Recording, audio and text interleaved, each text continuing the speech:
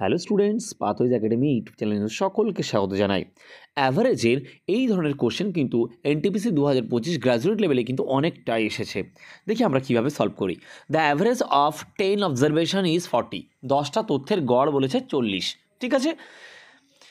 It was realized later that an observation was misread as 33 in place of 50. 10টা তথ্যের মধ্যে যাদের গড় ছিল 40 করে, তার মধ্যে একটা তথ্য আমরা ভুল পড়ে ফেলেছি।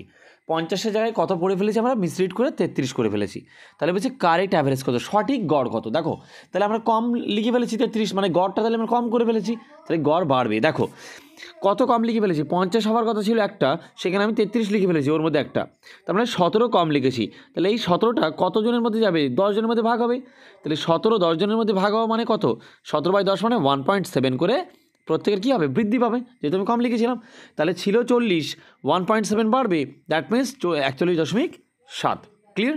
যদি তোমরা এটা বুঝতে পারো সঠিক গড়, তাহলে তোমরা অবশ্যই কমেন্টে কিন্তু এই কোশ্চেনটার আনসার আমাকে জানাবে যে এর কারেক্ট অ্যাভারেজ বা সঠিক গড় কত হবে। ঠিক আছে? ওকে, থ্যাংক ইউ।